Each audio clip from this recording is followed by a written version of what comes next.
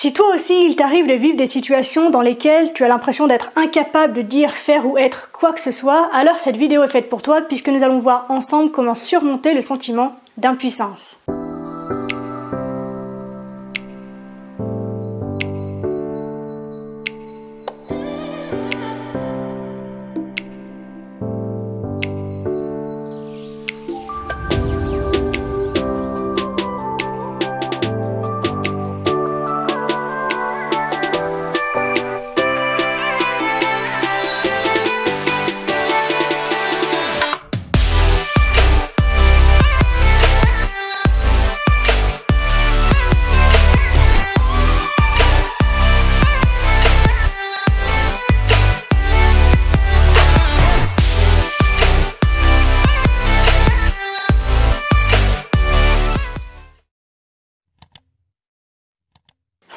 Salut la team Phoenix et j'espère que tu vas bien, que tu es en pleine forme et que tu pètes le feu. Je te souhaite la bienvenue dans cette nouvelle vidéo.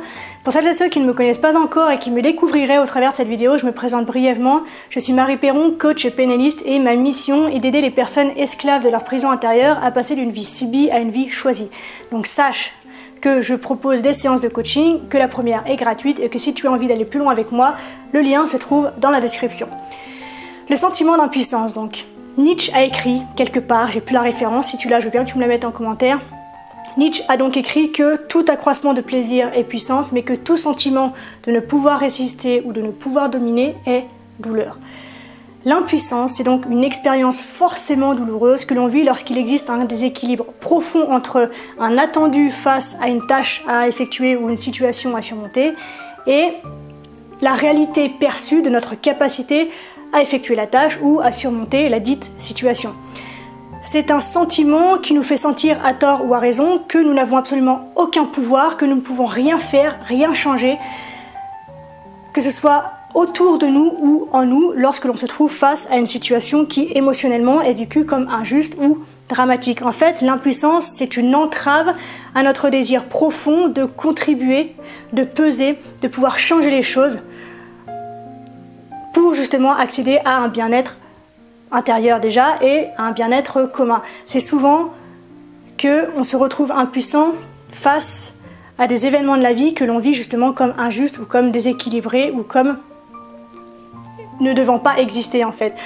Les situations où naissent les sentiments d'impuissance sont extrêmement nombreuses. Je pense qu'elles sont inhérentes à chacune des personnes qui vivent l'expérience de l'impuissance.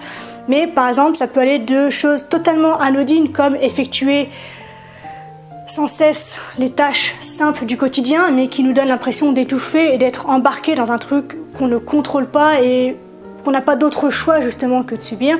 Et ça peut aller jusque justement des situations perçues comme plus dramatiques, comme la maladie ou la douleur d'un proche. Et si on élargit encore, ça peut se répercuter face à la misère dans le monde, face aux guerres qui peuvent exploser un peu partout, face à la maltraitance animale, face à des choses plus larges sur lesquelles on a l'impression de ne pouvoir avoir aucun contrôle, aucune façon d'agir ou de contribuer à améliorer la situation. Là où ça commence à devenir dangereux, c'est que lorsque on commence à collectionner d'une certaine manière les situations vécues comme des situations d'échec, eh bien on en vient à créer des comportements qui vont vers un relâchement total, c'est-à-dire que on ne cherche même plus à vouloir avoir une incidence sur quoi que ce soit, on ne fait même plus l'effort de chercher quel pourrait être notre rôle dans une situation donnée. En fait, on laisse à l'abandon notre pouvoir d'action, de choix et de liberté. Et donc du coup, on se retrouve à renoncer peu à peu au moindre effort à faire, même pour les choses qui sont toutes petites, qui sont faciles et qui sont largement à notre portée. En fait, on développe une espèce de comportement fataliste, c'est-à-dire que ce soit quand je perds ma chaussure le matin alors que je suis en retard à l'accident de la route qui est arrivé à mon conjoint hier, c'est la vie, c'est la fatalité, c'est le destin, de toute façon je peux rien y faire, de toute façon je suis trop nulle, de toute façon que veux-tu que je te dise? Et on en vient du coup à cette inertie choisie quelque part. On en arrive à une inertie presque volontaire, inconsciente mais presque volontaire, et du coup le moindre obstacle ou nez de la vie se présente comme un mur immense et infranchissable.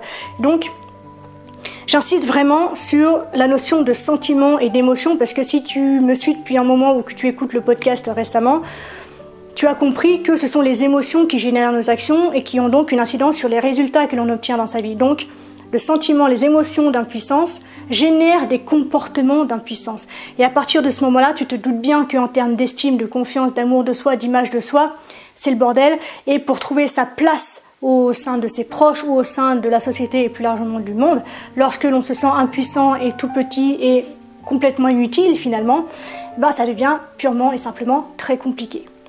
Donc, face à ça, qu'est-il possible de faire ? Eh bien, c'est ce qu'on va partager donc maintenant ensemble. Alors, j'ai envie de faire une parenthèse avant de te donner les questions auxquelles tu peux répondre.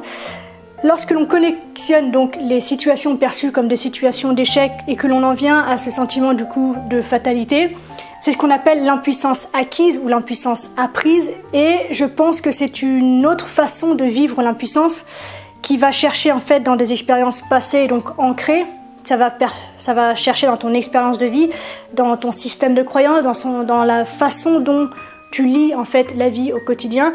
Et si ça t'intéresse que je développe ça, je pense qu'une vidéo complète serait plus facile que de l'intégrer ici ou ce serait beaucoup trop long. Donc dis-moi en commentaire si ça t'intéresse que je te partage pareil des exercices ou des techniques pour faire face au sentiment d'impuissance donc acquise. Bref, j'en reviens donc à l'exercice que je voulais te proposer. Lorsque tu te retrouves à l'instant T, là, si tu es en ce moment dans une situation face à laquelle tu te sens impuissant ou impuissante, je te propose en fait de te poser systématiquement 3 questions. Déjà, quels sont les faits, sans jugement, sans qualificatif, face auxquels je me sens impuissant ? Parce qu'à partir du moment où tu mets le sentiment d'impuissance, tu rentres dans de la perception, dans de la projection, dans de l'interprétation, et donc tu ne vois pas la situation pour ce qu'elle est. Et donc je t'invite dans un premier temps à simplement relever ce qui, dans cette situation, en fait, te fait te sentir impuissant. La seconde chose à laquelle j'aimerais que tu fasses attention, c'est quelle est la peur qui se cache derrière et plus largement, quel est le besoin qu'il y a derrière cette peur. Enfin, troisième et dernière chose, je t'invite à identifier la plus petite action, toute petite, que tu peux faire maintenant pour au moins lancer le mouvement. Parce que oui, dans l'impuissance, il y a une excellente nouvelle, c'est que c'est un cri du cœur. C'est quelque chose en toi qui te hurle que c'est maintenant qu'il faut faire quelque chose. Donc c'est super positif que tu puisses ressentir le sentiment d'impuissance puisque ça veut justement dire que tu as la capacité d'avancer maintenant. Le sentiment d'impuissance, c'est un véritable appel à l'action. Donc lorsque tu le ressens, pose-toi, prends une feuille, un stylo, tu écris ces 3 questions sur ta feuille bien sûr, pas sur le stylo, et tu y réponds, tu prends le temps d'y répondre et bien sûr à la fin tu mets en place cette petite action.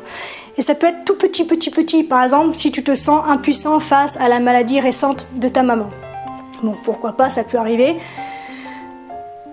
Peut-être que de par l'expérience, la culture, l'éducation que tu as reçue, toi tu te dis il faudrait que je passe mes journées avec elle à lui faire à manger, à la soutenir, etc. Mais peut-être que ça te fatigue et que dans cette opposition entre ta culture et ton besoin, là maintenant, tu te sens impuissant et peut-être que ce dont tu as besoin toi, c'est d'être présent autrement. Peut-être que tu peux simplement lui faire comprendre que tu es là si elle a besoin, qu'elle peut t'appeler.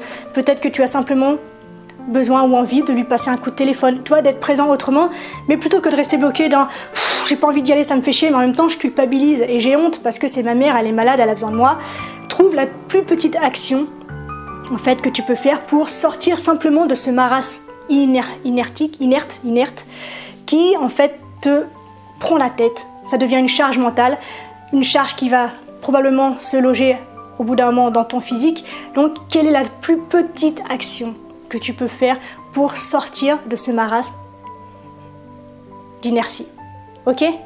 Je te laisse avec ça. Je t'invite vraiment à répondre à ces questions. D'ailleurs, je te propose de me dire en commentaire quelle est la situation face à laquelle tu te sens impuissant ou impuissante en ce moment et à me donner tes réponses à ces questions vis-à-vis de cette situation. Je pense que ça peut être très intéressant que nous échangions ensemble et au moins, plutôt que de simplement écouter la vidéo et te dire « Ok, j'ai tout compris, c'est bon, je suis plus impuissante », non, tu passes à l'action et tu fais quelque chose et je pense que c'est ça qui peut t'aider. Je te laisse donc à vos commentaires, à vos pouces bleus, à vos abonnements, etc. Je pense que tu connais la chanson. N'hésite pas à partager également si tu connais des gens actuellement qui traversent ce sentiment d'impuissance. Je pense que vu le contexte dans lequel on est, c'est un sentiment que l'on retrouve chez à peu près tout le monde en ce moment. Donc n'hésite pas à faire tourner la vidéo. Je te laisse. Prends soin de toi, sois reconnaissant envers la vie et surtout n'oublie jamais que tu es la personne la plus importante de ta vie et que de ce fait, tu mérites ce qu'il y a de meilleur. Je te souhaite une merveilleuse soirée, une extraordinaire fin de semaine et je te dis à la revoyure.